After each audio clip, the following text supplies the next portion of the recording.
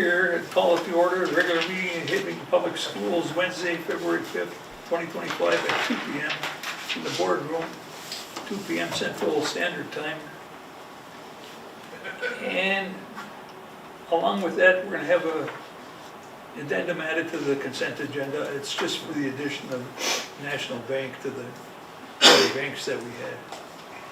And I'm going to appoint Director Kim clerk pro tem just for this meeting.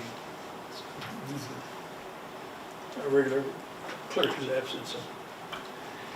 Okay, with that, we'll move to item 2. Pledge of Allegiance. Please stand if you will. I pledge allegiance to the flag of the United States of America and to the republic for which it stands, one nation, under God, indivisible, with liberty and justice for all.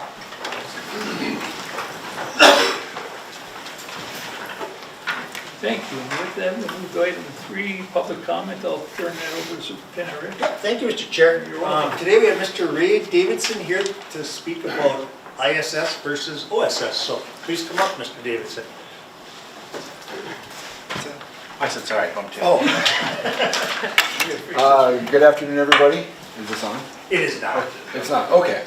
You won't need it in a small room. I don't All right, perfect. So I had a meeting with Mrs. Sikora yesterday, and Mr. Snyder. Mr. Snyder, that's right, I'm sorry. Yesterday about my kid getting back into school after a couple days suspension. And, you know, when it came out what they did and what happened, I'm sure everybody at this meeting is aware of what happened. Do I have to catch anybody up? I know. I'm not aware. Okay, so there was an instance with what started off as a joke turned into a bigger thing because there was a change.org petition that was signed, and it just turned into a way bigger deal than it was intended to be. I believe by probably every kid on there except for maybe one, and I don't know. I think it was all just a big joke.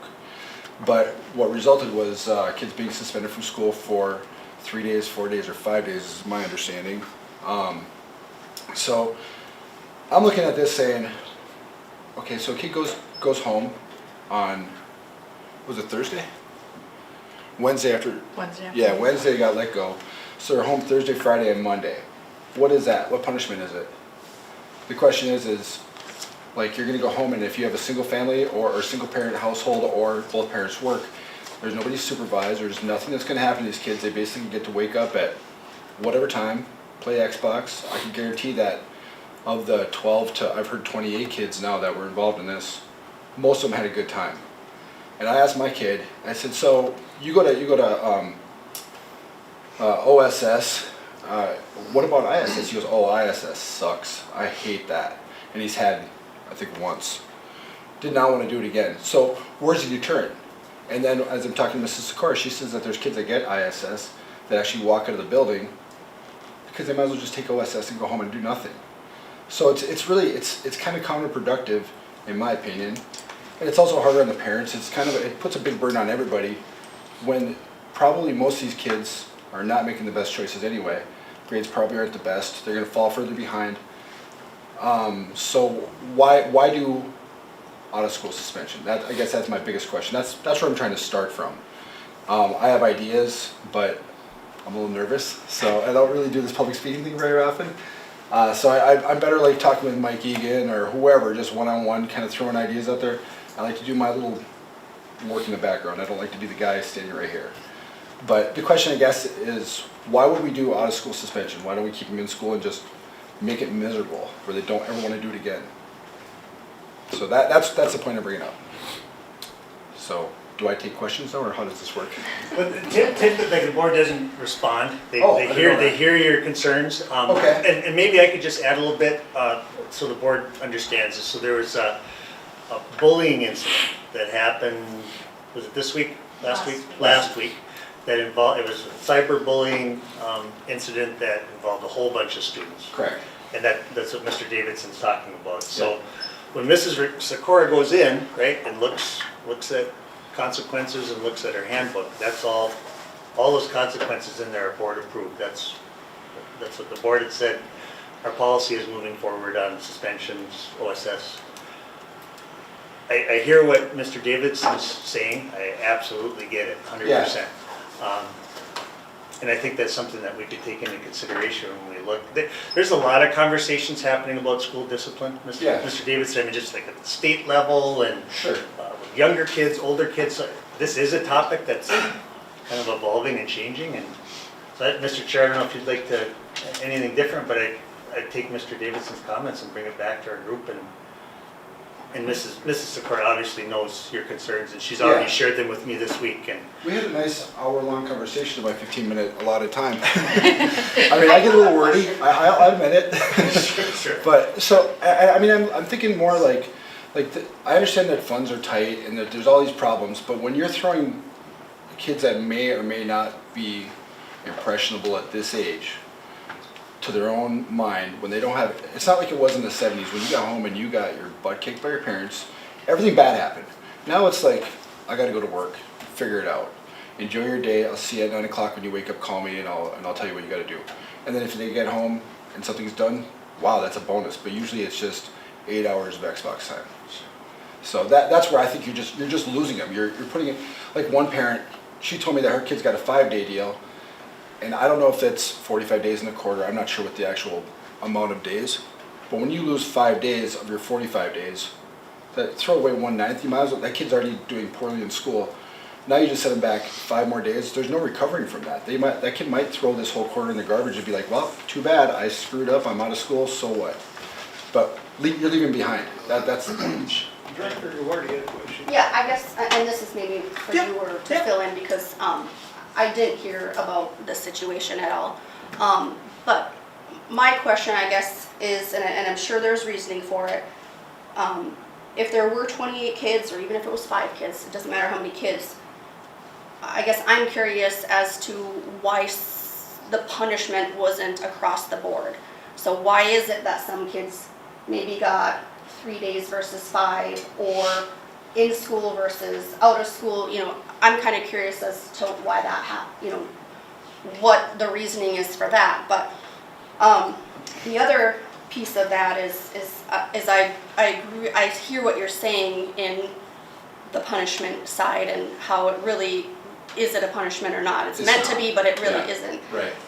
And correct me if I'm wrong, but when you're in school, you do your homework, or do you not? Like, do you do your classwork while you're there? you do. Okay, so, okay. And I know that I had brought this up in the past, and maybe I was not a school board member at the time, maybe I was just a parent, I don't know. But I know that I've had conversation even with our AD recently that, you know, when it comes to our student handbook, our punishment is very, like, the objective and subjective Yep. mixed up, but it's really based on Mrs. Sikora's feel, and I disagree with that. I feel like it shouldn't just be based upon a person's feel of that situation. To me, there's just too much gray. I'm very black and white in how that looks, and so I also, you know, feel the frustration on that side too, because this is not the first time that I've heard a complaint about how we approach these situations. Yeah, and I believe our handbook is 3 to 5 days, so it falls in that window. And you know, there's extenuating circumstances in each of these posts and different levels of bullying, I think I would say. Right. And Mrs. Sikora kind of has to weed through that, or Mr. Snyder has to weed through Across that. the board, and that's what Ray and I do agree on. Yeah. He talked about there are different levels of involvement. If you were just at the bare minimum and you passed on this petition, or if you signed it, or if you made a video with some vulgar language, or if you actually created the site, there's all different levels, and if across the board they all got the same punishment, then that's not fair to the kids Right, either. and that's the information that we don't have, because this is the first time we're even hearing about it. Right. So without the information, that Right. does make sense, but Right. I also appreciate you coming to speak at the board meeting, because time. there's a good chance that we would have not heard this Yeah. if you didn't personally call us to tell us. And I know that I'm somebody that I've expressed that to Yeah. Mr. Aldrich, you know, a handful of times, where I don't want to hear things from the public in a public setting. Sure. If it's something this big, I feel like we should know from our admin team or Mr. Aldrich, because we will hear about it at some point. Right. And by the time we hear it, if it's not from this group, it's gonna be skewed and misinformation, so. Well, I'd like to jump, you go ahead, I'm sorry. No, thank you. And Yeah. you did a great job public speaking. Well, I'm not So- done yet. Okay. Well, and I agree, and out of school suspension, and I'm not talking about Mrs. Sikora, I'm talking predates Mrs. Sikora. But I felt that way for decades, like to an extent. There were students, and I have like those anecdotes where students try to misbehave in class because then they get this suspension. And back in the day, I said, you know what, like first of all, it should be like some kind of restorative and not punitive, because by letting them just be at home, Right. you're not helping the situation. So I don't know, depending upon what they do, maybe there's some kind of class or something. But also I said at the time, and I'm gonna look at Tyler at this is where it went like south for me, is like, you know what? We have a lot of growth in our buildings. We have a lot of trophy cases in our building. Sure. You know, there's experiential learning, right? Right. Like, have them come here and help Right. out. And at that time, I was told that there's bargaining unit situations why we could do something like that. But when it's learning, Well, I'd like to, yes, you're right. There should be crappy jobs for these kids to do. Let's be real. I mean, the nastier, the more embarrassing. If you're in the hallway and you're polishing trophies and kids are walking by and they're kind of poking at you, call it bullying if you want to. I really don't care. I think it's okay. In that sense, I think it's okay. You should be shamed a little bit for being a jerk. But I think that, I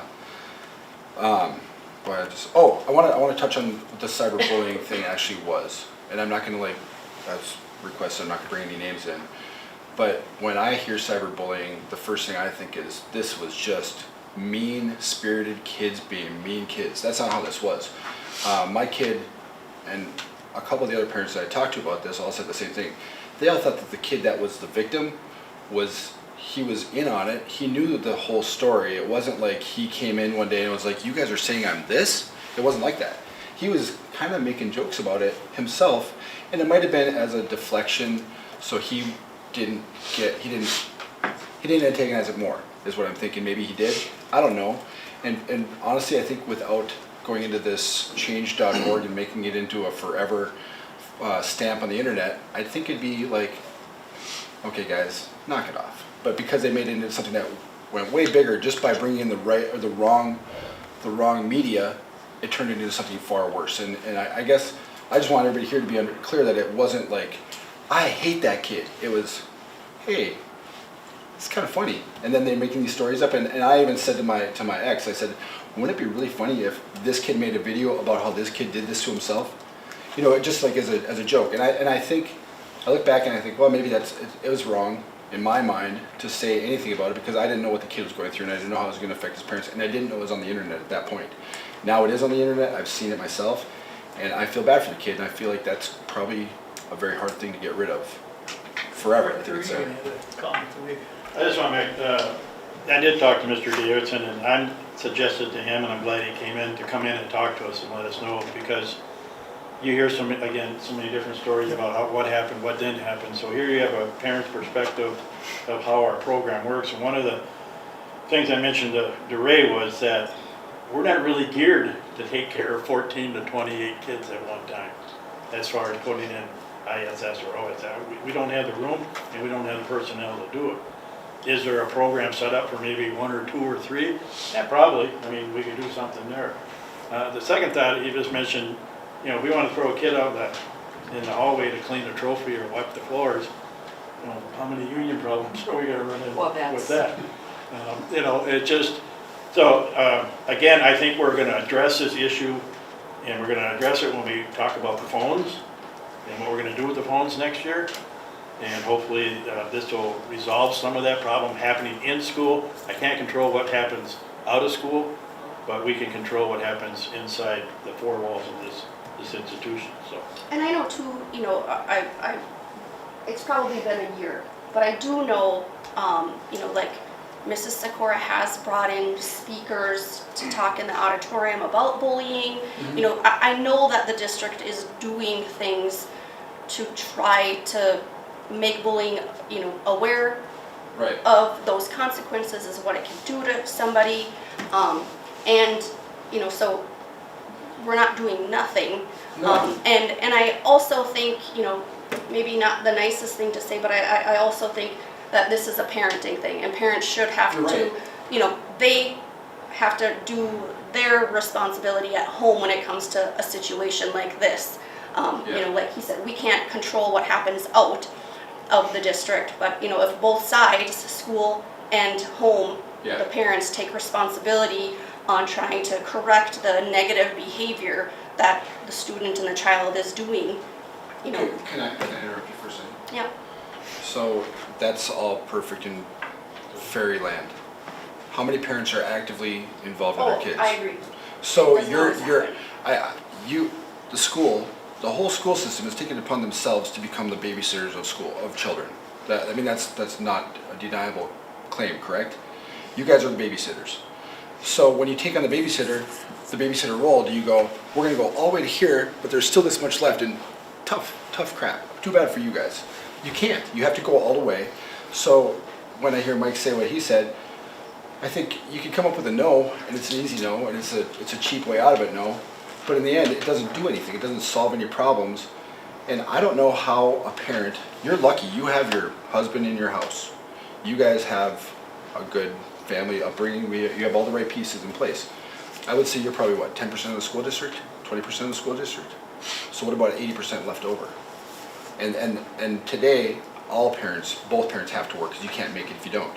So it might be hard to find $1, maybe you have to cut some, and I'm pretty black and white here, cut some BS program that doesn't make a crap of difference. And somebody told me not to swear, I think it was you. So I'm doing my best to use crap, but some crap program that doesn't really do much, but maybe this is the one that you have to. And really, if you make it terrible enough to these kids, when my kid says, I hate ISS, but OSS is fantastic, well then you just solved your own problem. You answered your question by a 14-year-old kid telling you what he hates. He doesn't want to do ISS again. So, and if you got people, Mrs. Scar brought up, you got people that are walking out of class or out of school because they don't want to do ISS, they're solving the problem for you, they're giving the answer. Take it, do something with it, and say, we have to figure out a way. Points are well taken. Pardon me? I said, your points are well taken. Thank you. And this will be worked on. It's Yep. all good. And your 3 minutes are up. Okay, Mr. Berklich, we got a problem here. No, I'm kidding, that's fine. All right, I'm gonna leave because I got work to do, is that all right? You bet. Thank Thank you. you guys, I appreciate your Thank you time. for coming. See you later. Thank you, Rick. Have a good day. Thank you. Let's get this hammered out. As we're coming up with a solution, I don't know if this is possible, but when we got the Boys and Girls Club started, one of the things we talked about when there's situations in the community, we have a lot of students that are involved in the legal system, and if they're just on the fringe where they can pass the right background checks and, you know, that it's nothing too serious, could part of the restorative process be, you know what, go to Boys and Girls Club for 5 days or whatever it is. If we can work out with the club when there is OSS that maybe there can be staff there before 11 or whatever, like, and then maybe some of those kids on the margin might think that it's not such a bad place, and it's a place they want to be, and help them kind of turn the corner or redirect. So just a thought as you're working through it. I don't know what could be done or couldn't, but it's worth a shot. Yeah, and all crimes aren't the same, so you can't, I shouldn't call it a crime, but incidents or whatever. Well, and there's a difference between It was a very misbehaving serious situation. Yeah. and I don't know, so. I'll tell you after. Okay, Further discussion, good discussion. for further discussion, we need to discuss more about yeah, he's absolutely right. Okay, we'll move to item 4, administrative reports, anything from the directors, anything else? Chair, are you going to give an update on our trip to St. Paul? I'll let the superintendent do that. We did have, and I went to the leadership meeting, that Mrs. McDonald holds. It was on Monday in the library about the MTSS. Oh, yes, things like that. So, yes. and, you know, I am not an educator, I'm not a teacher, I don't have that background, but it was really interesting for me. You know, Carrie does she's very organized, and she does a great job of getting people to talk. And she doesn't even have to push that hard, because they're very willing to express their ideas and what's working, what isn't working, their processes. And it's just interesting, the more and more I attend those meetings, and being able to tie it back to something that, you know, was discussed a couple of months ago and seeing where it's gone. You know, I enjoy going, and they do all the staff there does a very good job. But it's interesting, I know they had talked about, you know, every building kind of has their own process for different things, and maybe like how they can streamline it to be more similar and simplified maybe even. But I had a conversation with Carrie after, you know, just to get a better understanding of, you know, am I following this correctly, because I'm not a teacher, and I'm grasping it, so it's good. But yeah, I love to hear the conversations and where they're going, where their minds, you know, think of solutions to issues, or their ideas for growth, where they're really working on it, and it's just nice to personally see and hear with my own eyes and ears. And the other thing is, I just wanted to say that at Hockey Day, Minnesota, I just wanted to thank the people that went, because we had a really great community crowd. It wasn't just the mom and dads of the players. Our student section was full, and we didn't have a bus because there was lack of participation. I mean, again, Mr. Please had said that it was leaving at 4:30. That's pretty early for people to get up and go. But that did not play a negative role in how many people from Hibbing we had there to support the team. So our student section was full. Our past AD, Keith Turner, and then our present AD, James Please, they both attended, and it was nice that they both were there together. But just a lot of community members who don't have a child in hockey were there, and Shakopee did a great job of making the atmosphere as fun and inviting as it was. So it was a great experience for our team. So. And I received so many positive comments about just our student behavior, just being good sports, just how they carried themselves in a kind of a big event and a loss, very close loss. Yeah. And so that was probably more powerful for me, is just all those positive accolades that our kids are good kids and represented our district really well down there, so that's awesome. I had a 1971 graduate call me up and tell me the same thing, how good it was and how people were well behaved and good. Maybe And you he was should on have a one hockey here. team. In the Memorial. We need Yeah, we it should have one here. here. We need it here. It would drive a lot of revenue. But We deserve it here with our hockey program. This high school deserves an opportunity to put an event on like that. Yeah. And so does the city. there was conversation a year ago with with a group of people, and I know we've got the book at home. It's about that thick, 7 years out. I mean, there's a lot of work, a lot of employees or staff, volunteers that would be needed, but it certainly would be wonderful to have here. And didn't they announce it that next year it's in Brainerd. Brainerd. Yep. So does it like go north, south, and Brainerd's considered north? North. I thought the same thing. You could put it in the Memorial Building parking lot, you could put it out. Carrie Lake if you wanted to, if you Yeah. wanted it outside. Yeah, The there you new go. hotel is opening. Yeah. So how are we? Anyway, sorry. Bring it up at the city meeting. You know what? And Superintendent Aldridge, Chair Berkowitz can chime in here.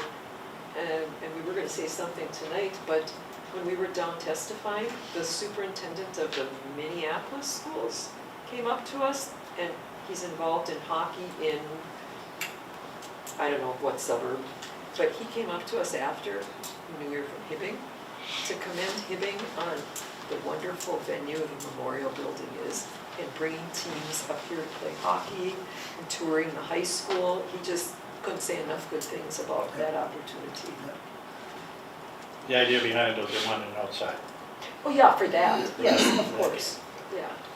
The one that Green Haven Pokey Rink. put on, that's not, was that not affiliated with Hockey Day in Minnesota? That was kind of just their own? That was Correct, just kind of their own around that same time, just to, again, generate some excitement and revenue for their community. That was successful, Mhm. from what I understand, and I know a lot of work, but, so it wouldn't necessarily have to be Hockey Day Minnesota? Correct. You might be able to do an event, outdoor hockey event, or, yeah. Because that really drew in the people in Cloquet, I know. Well, I know in Grand Rapids too, I think either it's this weekend or it's coming up, they do the pond hockey tournament Okay, on Pokemon there. And Okay. that's always a big, yeah. big deal too. Thank you. Now we'll go to administrators, and we can take staff and committee report after for Kim and I and Rick.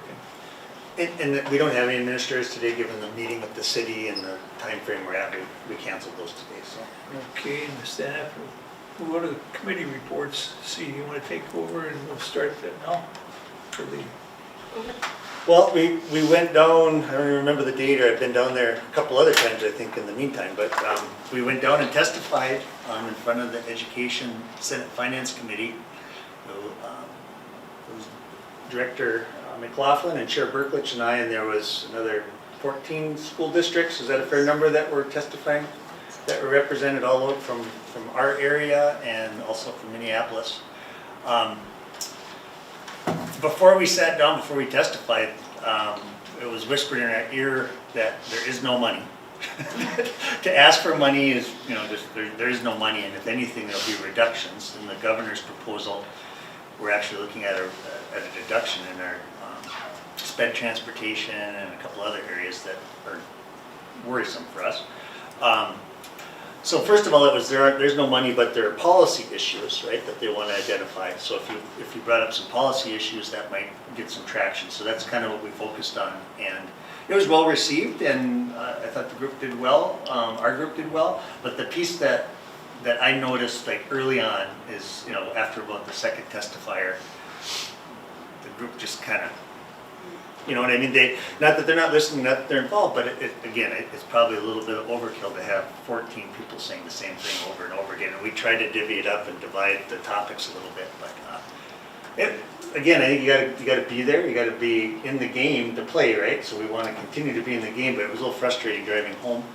That well, a some day of out of the work. Yeah, Kim's day out of work, John, like hotel rooms, there's cost involved with going to the cities, and it just felt like for that 5 minutes that we, a little defeated when we came back. And so There when were you say comments there, on the READ Act and with COVID, and some stuff, ESSER funds, and so a lot of areas were touched, but they just sat there like they're handcuffed or can't, but. we'll go There was ahead. lots of testimony on earned, safe, and sick time. Lots of testimony on summer unemployment. A lot of testimony on compensatory aid. So we, of course, hit it from a little different angle. So our testimony focused on classroom safety and what that might mean. We talked about not acknowledging the PSEO program is a great program, but it comes with cost. So look at the PSEO funding formula. And then one of the things we said was, you know what, like any one of these pieces of legislation is very difficult on a school. Maybe we could handle it, but it's all these pieces of legislation coming at the schools. So the one thing is, there was the largest school district in Minnesota, there were many smaller, and we all have the same problems, or are faced with the same challenges, it's just the numbers are bigger or smaller. So, Yeah, one of them said they had 29,000 kids in their district, so. I don't know as a how follow-up, they I mean, manage it. I believe we were heard because there's another hearing today in the Ed Policy Committee that Ms. Allison Gans, our second grade teacher at the Green Haven, testified today. And it was a follow-up to our conversation because we had talked about school safety and some of the issues that we're having at our elementary schools. And kind of goes back to what Mr. Davidson was saying, but the inability to send students home, K-3, no matter what the behavior is, how not, I mean, again, bring a gun to school or something, that's a different story, but we're talking about kicking, biting, punching, refusing to do work, and our principals' hands are tied. And teachers, of course, need them out of the room so they can continue to teach and go on with their day.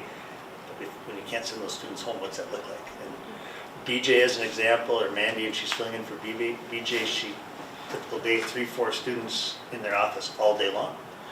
Parents won't return a phone call, won't even have the conversation. And I shouldn't say that, and generally, some parents are very good when we call.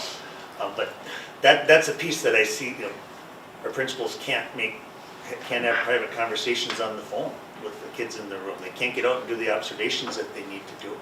And the staff is saying, help, help, help. So we're stepping in to do that, but it's really creating a burden on the administration and on the staff, because those kids have to come back at some point. And without that sitting down with the parents and having that re-entry, and talking through what you might do differently, the behavior is not going to change. We'll be in the same situation again in another couple of days. So. And that also, I know it does, it affects those other students in the class. When the student either has to remain in there or come back with no change, that certainly is a burden on those other students and affects their learning. Yes. Yeah. And a lot of these behaviors are, they're not behaviors that are willfully done. A lot of times they're special education students that have disabilities and don't understand the ramifications of their behavior. So it makes it just very difficult. And having that ability, not that we suspended many students at K-3, it's like 1 or 2 a year, and it was high level type stuff, but just to have that ability, to know that parents, to have that conversation, to have a conversation like with Mr. Davidson about the behavior and what can you do to help us, that isn't happening at these lower levels with discipline, and it's taking a toll. It really is. Well, and one of the things I heard from a teacher was, and I honestly would have not thought about this, but when you have some students that are acting out like that with minimal consequences, right? Other students in the class catch on to that, and if there's some students that are starved for attention, they view it as, this student's getting attention, so now I'm gonna start acting out and I'm gonna get attention, and it just makes it more chaotic and difficult to deal with. I'd like to go back to the no money issue. What are we gonna do? We've had a busing issue that we're gonna take up next year. Just overall operation of the school. We're not looking to get any help from the government because we're not gonna get it. So is that something that we need to look at now, and how we're gonna attack that? The end of this year, going into next year? There's gonna be some, without going to the community and saying, okay, the government's gonna help us, so now you have to. I'm worried that there's gonna be a lot of things that aren't gonna be able to take place. And Tyler's here today. We have some construction that has to be done. The building's got to be maintained. Where are we going to find the money to do that? Well, and that's going to be the tough part with all these conversations, because we actually do have some money to do some building projects. Right, we do now. Right, that can't be used For something else. in really some of the areas that we probably could use that money now. So it's going to be a little bit of a mixed message, right? The public might see that we're doing some remodeling or construction, and then also asking for additional resources, and it's going to, that's a tough sell. Yeah, that's a tough sell. We've been meeting to vet kind of a PR firm to help us talk about a referendum. We're down to 3 firms. We had our last meeting just the other day. I think we kind of have our, I think is the best choice. I want to share that with you probably in the next week or so, some of the numbers, but it's expensive. It's one of the firms, the firm that we're probably leaning towards is $8,000 a month. So about $50,000 between now and the referendum. If the referendum were to pass, right, it'd be a good investment. If the referendum doesn't pass, right, in some school districts, a lot of school districts, they're on their 3rd or 4th time asking for support. And we might be in that situation too, I don't know. Do we know what the last time we had gone out for a referendum? 13, I believe. Yeah. And that was for the windows and all that we had done here? It wasn't an operating levy. that was more of capital projects levy, correct? I thought it was operating. Oh, I thought, okay. That's the debt that's falling off? No, they expired 10 years. Okay. And that's not the one you're talking about, you're talking about The debt that is expiring, that was not voter approved. right, oh, that wasn't voter approved, okay, okay. Yeah, then I don't know, because everything I've looked at, Mike, goes back to Mr. Beluso, and it looks like around 2009 to early 2000s, the signs that they have in there that say vote yes, and that was all in the early 2000s, so I'm not sure of something in 2013. Oh, here's the Yeah, list at the There last- was something after 2012. 2012 or after, there was something. We had that list that you gave to So us. if we're We can 12 find years- that out for either 12 years, we've been fiscally responsible with some help.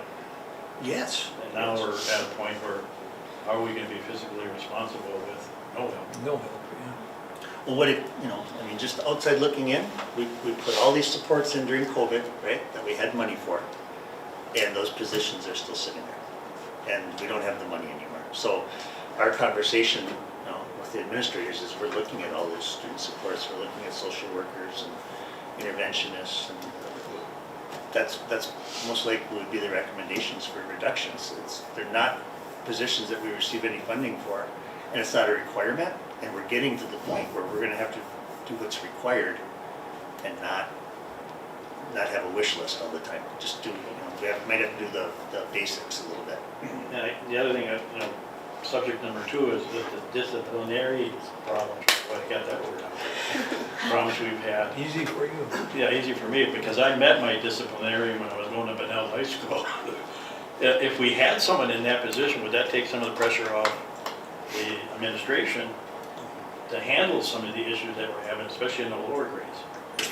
I mean, there's something to say, I'm not being sexist, but there's something to say about a male presence in a position like that to help some of these kids.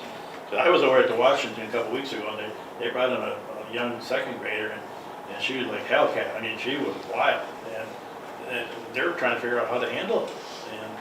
And is that something that, would there be a volunteer that might be interested in coming in and helping with that issue, to help with some of the disciplinary things that need to be done, and take some of the stress off of the teachers and administration? Well, I don't think it's anything that any of our administrators aren't capable of doing. No, I'm They not saying can't they're do. not, but But even if, say you brought somebody in, hire another person, they have the same restrictions that DJ and other principals have right now. So, yes, you could bring somebody in, they could be an authoritarian, and we'd probably be sued by parents.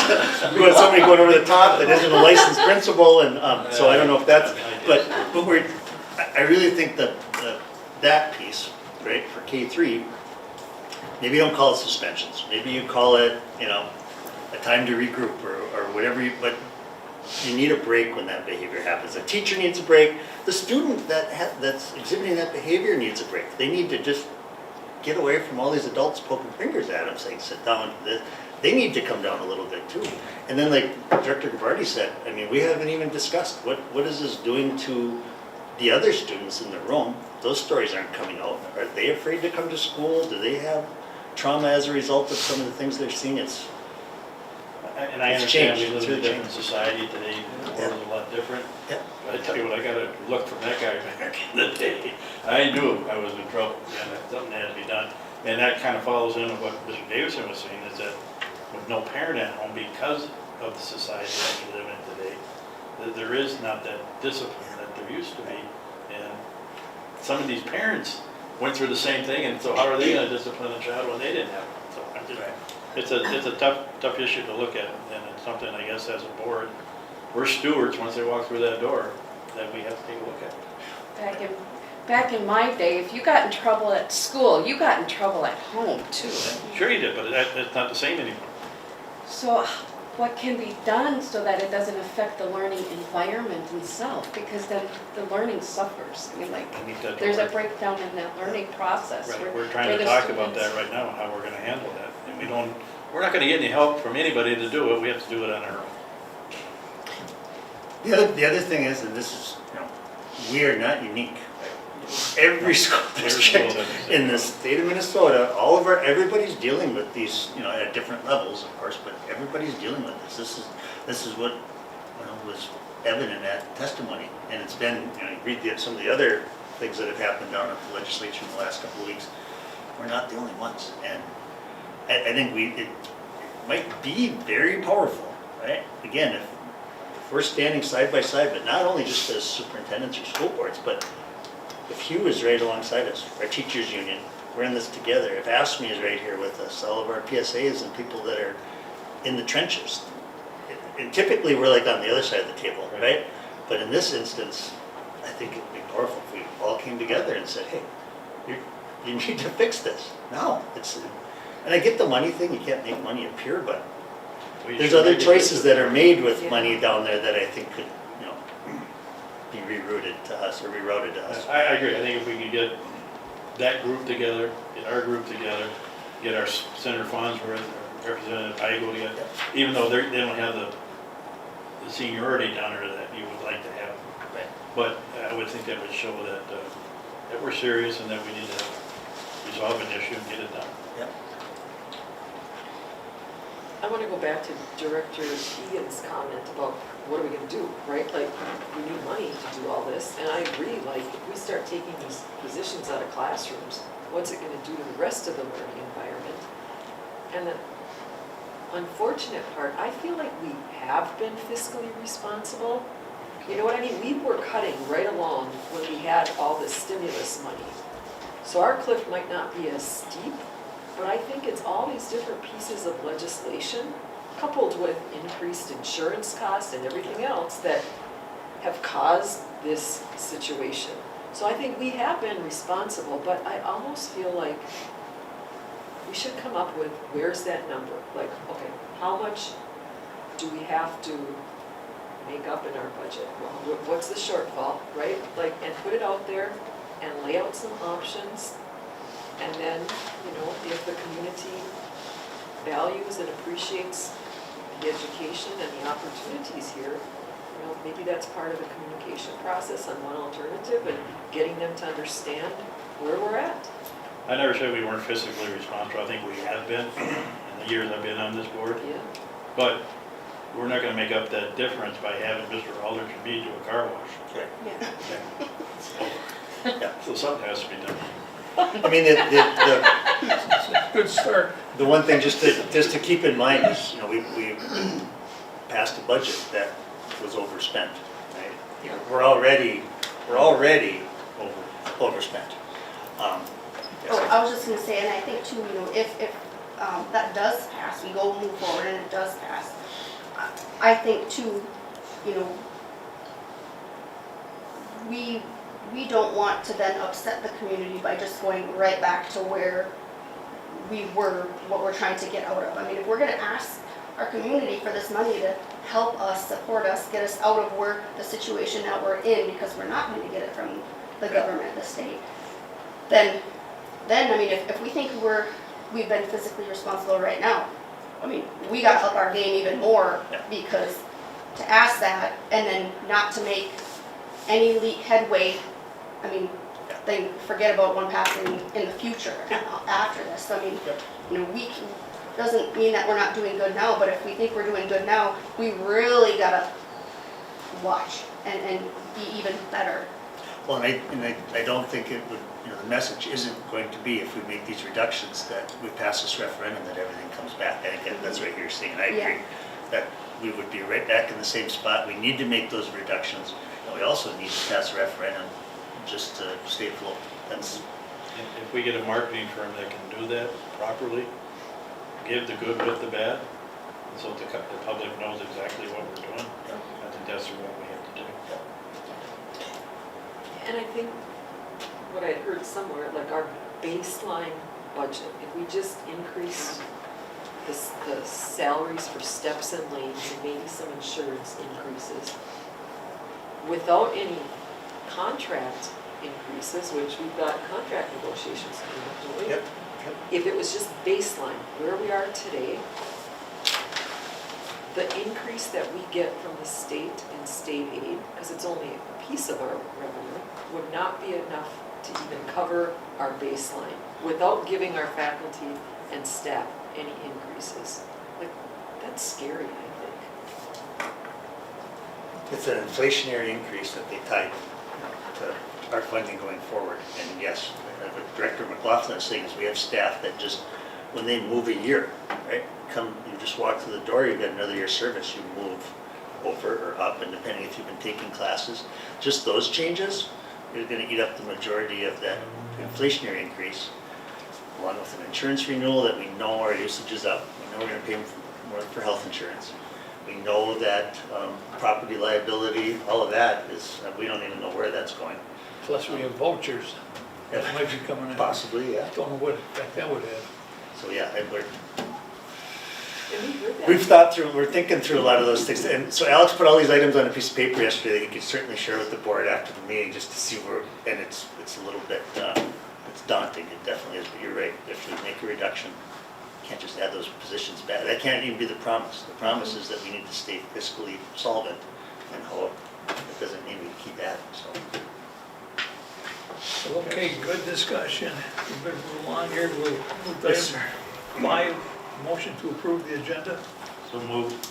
Support. Moved by Director Egan, supported by Director McLaughlin. Any discussion? Hearing none, all in favor say aye. Aye. Opposed, same sign. Motion carried, thank you. With that, we'll move to item 6, motion to approve the consent agenda. So moved. Support. Moved by Director McLaughlin, supported by Director Duarte. Any discussion? Hearing none, all in favor say aye. Aye. Opposed, same sign. Motion carried, thank you. With that, we'll move to item 7, administrative business. Sir Alex. Thank you, Mr. Chair. You're welcome. Item A is a motion to award the base bid in the amount of $2,163,800 to Max Day Construction for the Greenhaven renovations project. Support. Moved by Director Christine, supported by Director Kim. Any discussion? Hey, just make a quick comment, Sure. Mr. Chair, if I could. So again, this, we received $8 million through legislation that was funneled through the IRRB. This is the culmination of that. So the $8 million, about $500,000 was put into the Cheever project where, with the concession and the bathroom remodels.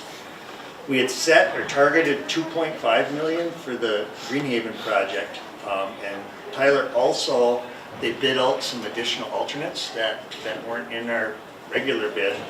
And we were able to get those alternates done and the project that we bid for the $2.163 million, which is just huge for us. Right? You think about, you know, we bid, we wonder where we're going to be. Really good numbers. Tyler and I were high-fiving, we're happy, we're excited. And now, you know, and I think we're also very fortunate to have Tyler in that role because then Tyler's kind of watchdog here and he can oversee this work. And you know, some of the districts around us don't have that. They have more of these project managers that oversee this, and they take 18 to 20% of your overall funds. And so again, we're lucky to have Tyler, and he does a good job with this group, and he's involved from step one. But this is huge for us. We'll get that work done, and then that additional revenue put back into our potential project with the industrial arts building or whatever else we might want to do with it. So No change orders, right? no change order. I was just gonna say that, you know what, and I appreciate local jobs, local companies, kids in our schools, and I think they did good work for us. We did the Washington project, and I don't know, I feel like Scott Sasalo was here when we bid out or awarded the bid for the Washington. It was like he sharpened his pencil, but I echo what Director Egan says, no change orders unless they're down for the same quality or more work. So, That's the goal. okay. No, and Max Gray works really well with us, and they're a good company to work with. So we're just super fortunate, and again, Mr. Chair, I think we're happy that it came in under budget. And when we did the contracts, we put not to exceed, so there can't be any change orders on that. They will be responsible. Okay, all in favor say aye. Aye. Opposed, same sign. Motion carried, thank you. B is an appointment by the chair of 2 directors to sign and distribute 2025 high school diplomas. I know Mr. Polcher would like to be one. We've got Director Polcher and Director Delots will be handing out diplomas. Item Thank you. Item C is a motion to approve the application for cooperative sponsorship of boys baseball between ISD number 701 and Victory Christian Academy beginning with the 2024-2025 school year. Support. Director, moved by Director Christine and supported by Director Egan. Any discussion? I just want to point out, because I feel like there's been questions about this. We have had a cooperative sports agreement in place with Victory Christian Academy, so it's not like we're adding to the inventory of schools that we're Correct. doing cooperative agreements. And this does not affect our standing about where we play and how we play with the number of kids from that school Right. participating. So, Thank you for the clarification. All in favor, say aye. Aye. Opposed, same sign. Motion carried. Thank you. Did we vote on A or on the chairs for the diplomas, or did we just say who it was? we just said to it. Yeah, I think we have to, don't we have to? Well, just an appointment. Oh, okay, no, I'm sorry. Okay. Item D is a motion to approve the procurement procedures for U.S. Department of Agriculture Child Nutrition Programs. So moved. Moved by Director Duarte, supported by Director Egan. Any discussion? Hearing none, all in favor say aye. Aye. Opposed, same sign. Motion carried. Thank you. Item E is a motion to rescind policy number 518, Title 9, Sex Non-Discrimination Policy, Agreement Procedure and Process that was approved by the school board August 7, 2024. Support. Moved by Director Christine, supported by Director Sarah. Any discussion? I just have a question here, because so when looking through here, this one I know goes along with the next one that we have on the list. So this policy was 33 pages. The one that we're going to be discussing next is only 18 pages. This all has to do with boys, girls, correct? Or can you just talk about what these changes truly mean and why we're making these changes for people now? So, to be honest, I haven't been trained yet. We have a training coming up for administrators that have to implement the Title IX policy, and this all happened quickly with President Trump just recently. So, but good, bad, not making any kind of judgment calls. This is the same policy that was in place when President Trump was in office. And then President Biden came in, made changes, we had to adopt and change, so we are reverting back to what it was when President Trump was in office. And ultimately what this is if somebody, anybody in the district, student, staff, if somebody feels that they, on the basis of sex or religion or race, if they were discriminated against, they can file a complaint. And there's an extensive process to work through that complaint. And we haven't had a Title IX complaint in our district since this has been in play. Hopefully we don't have one. But it just reverts back to what we did in the past. So I'm assuming my trainings, I probably have had the training, but I just need an update and sort of the other. But one of the major changes, correct me if I'm wrong, talks about the language with sex rather than gender ideology. Absolutely. Okay. Yeah, absolutely. And then the other piece that it does is the other policy layered in many other steps to get to a conclusion. This one's a little bit more cut and dry. The procedure for the school to investigate is much less time consuming with the one that you would approve today if you do so. Thank you. It's less time consuming? It is, yes, because they had many more roles in the other policy. There was decision makers and appealers, and there was a much larger process than there is in the current one. Good discussion. All in favor say aye. Aye. Opposed, same sign. Motion carried. Thank you. Item F is a motion to approve policy number 518, Title 9, Sex Non-Discrimination Policy, Grievance Procedure and Process with the final rule on Title 9 consistent with the court's order on January 8, 2025. So moved. Support. Moved by Director Egan, supported by Director Delatz. Any discussion? Hearing none, all in favor say aye. Aye. Opposed, same sign. Motion carried. Thank you. Item G is a motion to approve policy number 607, Internet, Technology, and Cell Phone Acceptable Use. So moved. Support. Moved by Director McLaughlin, supported by Director Sarah. Any discussion? Does this have any effect on our discussion prior to our March deadline? What we're gonna do with phones? So this would be our March deadline proposal. Okay. And what we're saying is let's keep everything the same for this school year, because I don't believe it's in anybody's best interest to. Until we decide. And then I think here, moving forward, then we need to have a discussion about next year, what we'd like to do. And we have been talking at the administrative team. This really doesn't have a big effect on any of our buildings but the high school. So that's, their interpretation of it and how we'd like to move forward is what I want you to hear, so you understand also. And we're not there yet, we don't have any proposal or any thing to share with you yet, but we will, prior to the start of the school year, and much earlier than that, we'll be working on it before the end of the school year, not over the summer, so. But this today is just simply restating what our policy currently is, and then meeting that requirement that we've done that by March 15th. There's always time to discuss it if we had to. Right, and again, this is just a requirement, you had to have a policy, right? We had language in our handbooks, now we have a policy that describes exactly what we need to do, and we'll revisit again, like we said. And that might be something to think about, how you want to approach that, because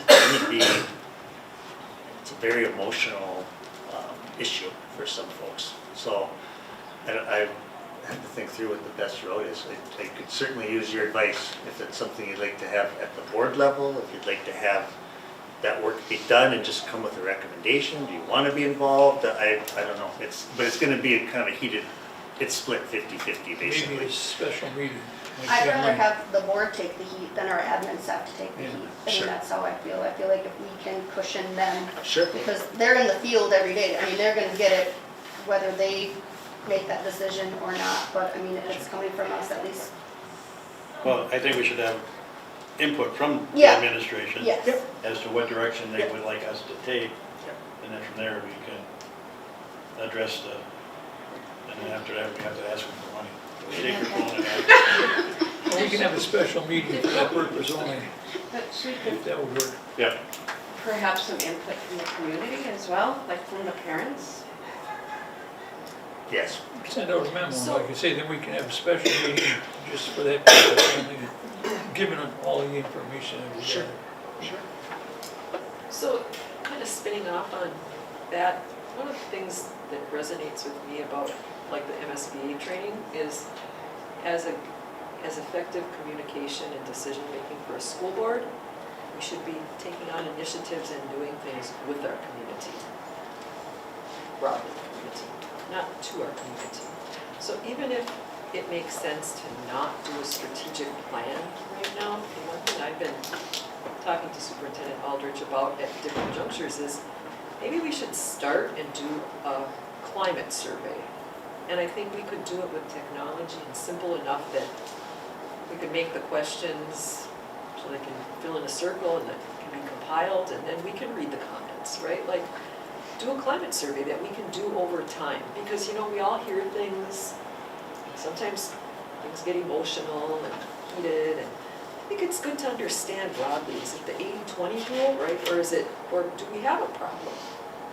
Or something that we can improve on? So I would like to see that, and along those lines, maybe there's a question about cell phones. Yes. We are going to survey our committee through some questions about the referendum. I don't know if that'd be, Our community?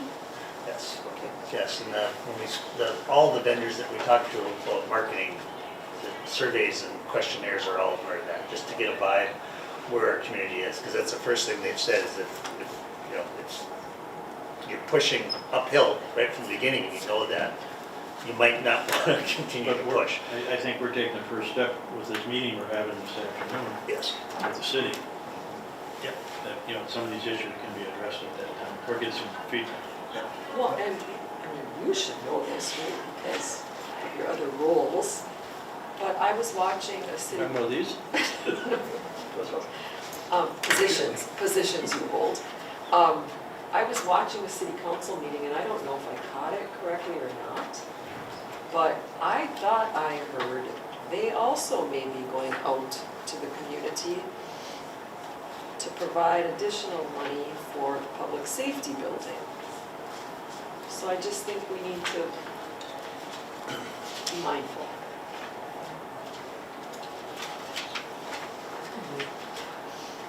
There's only so much available, so. Only so many pieces of pie that he can, So I was gonna say, reply. Chair, on a positive note, discussion before you adjourn. Can I? Well, I'm not there yet. We Oh, have to sorry. act upon this. Okay, sorry. All in favor, say aye. Aye. Opposed, same sign. Motion carried. And I'd like to make an announcement, if I may, but ladies first. Well, you know what, I just totally spaced it out in the reports, but I want to congratulate Megan Reynolds and the One Act play. On Friday evening, for me, it was so enlightening to go there and see the performance by the kids, but also her walking through with those that were present on everything involved in a One Act play and the timing and just all that's involved. So kudos to them, they did an amazing job, and wishing them well at the state tournament. Very good, thank you. And with that, announcement to make, we're gonna have a joint meeting with the city of Hibbing today at 3:45. It'll be in the city council chamber. And that being said, without objection, the meeting will be adjourned at 3:05. Thank everybody for coming here.